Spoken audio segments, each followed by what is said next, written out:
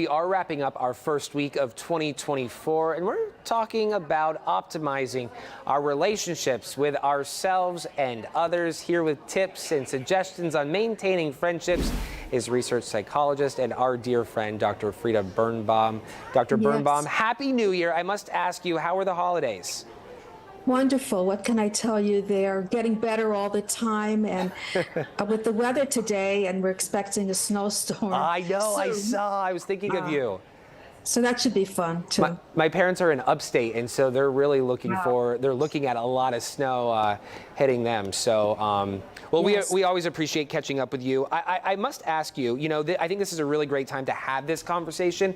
The start of the new year, we're looking at New Year, New You. That's what everybody's talking about. And part of that is establishing healthier relationships with ourselves, of course, but also with people, with friends and family members. How do we go about establishing healthy relationships?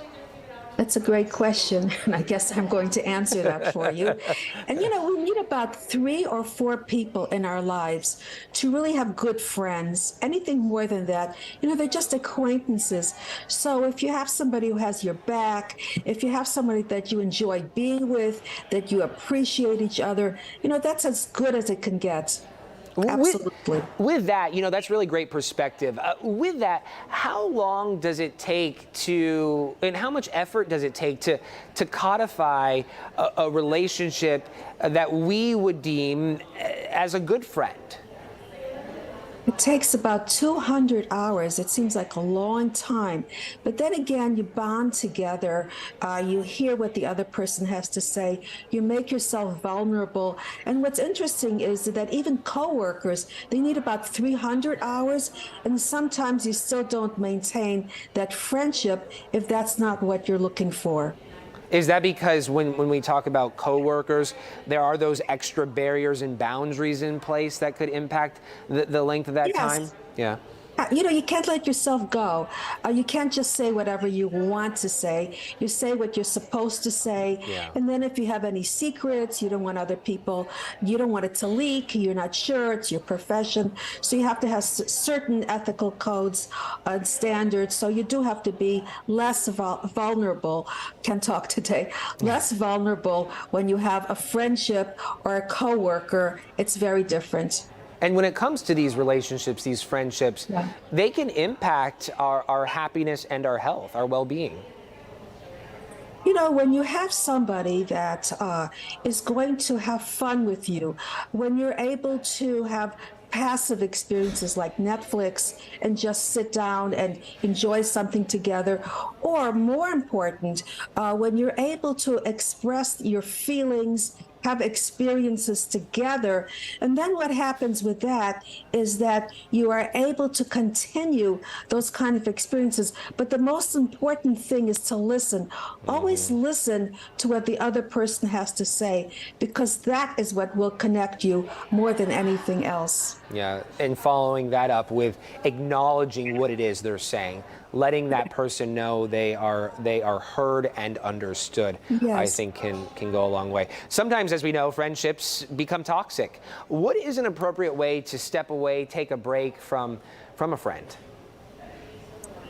When you're seeing someone that you don't want to see, when you're making excuses where you really feel that that friendship is over, then it's time to go ahead and take that break.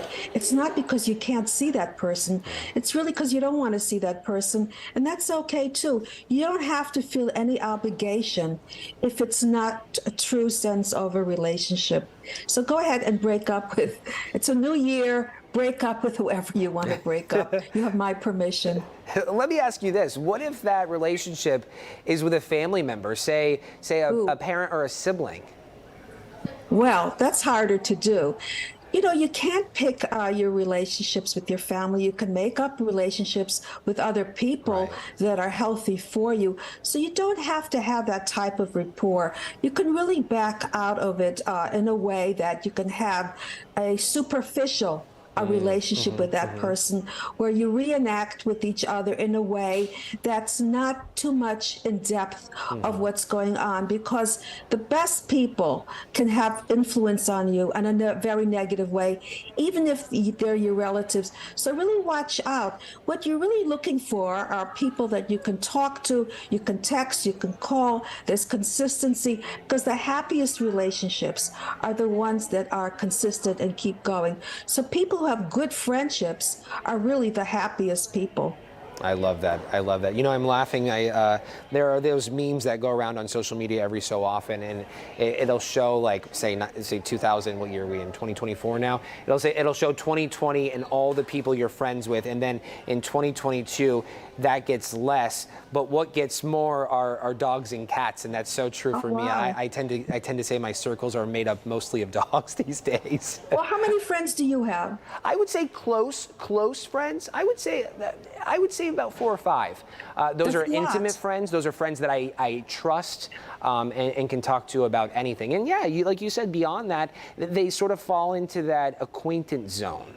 Yes, well, you're my friend. I want you to know. Oh, and I love you too. when you have somebody that has your back, Yeah. and you feel that kind of rapport, that's something you can hold on to, and it's very valuable. And it's true, you don't have too many of those people. So find yourself very fortunate when you do have that kind of back and forth rapport. And by the way, it's great seeing you today, because I couldn't see you last week. I was talking to myself. So I have to apologize for that. Now We're that gonna I get can it see right. you, it's much better to be able to have that kind of rapport, which we Yes. always have. And I love our friendship, I do and too. it keeps growing all the time. So looking forward to this new year, Yes. much more of that. And you're in my circle of friendships. Oh, I love that, and I love you, and I cherish this friendship that we've started. And yes, I look forward to this year ahead Yes. and talking with you more. It's always a pleasure to have you here. And you know, you're right. I remember several weeks ago, you couldn't hear me, and I couldn't hear you, or something. And today, I'm actually having audio issues with my Oh, no. my IFB. So at least we'll get it we right. get along. Right? Yeah, exactly. Because it's like the blind leading the blind. I Right, couldn't hear yes. you one time, and I just said, then the other time I couldn't see you at all. I was talking to myself. Maybe And then that wasn't one a bad time I thing. didn't get a Zoom, and now you're talking and I'm talking. But you know what? Because we care about each other, Yes. we Yes. have that rapport, we have that friendship, and that's what makes it work. And that's all that counts. That's all that matters. Dr. Yes. Birnbaum, always a pleasure. We will be talking Yes. to you very soon.